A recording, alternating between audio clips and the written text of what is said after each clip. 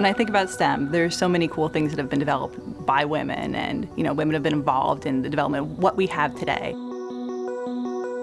It's 2019, a woman should be able to do whatever she wants to do, and if she wants to take on a career path that's non-traditional, she should go after it.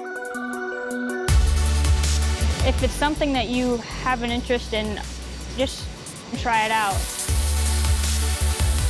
I like applying my knowledge. I like people telling me like, okay, here's what this button does, now press it. I'm like, okay, what happens if I press it? What happens if I press it twice? If it's your dream, make it your dream no matter what it is. If it means you have to step out of your comfort zone like I did, of course you'll face challenges along the way, but that's how you improve. That's how you better yourself and you become the expert of that dream career that you want to do. I definitely love that research side. That kind of clicks with me a lot more. I realized that there was a track that I wanted to be on. I wanted to problem solve. I wanted to have critical thinking skills. And I have learned so much here.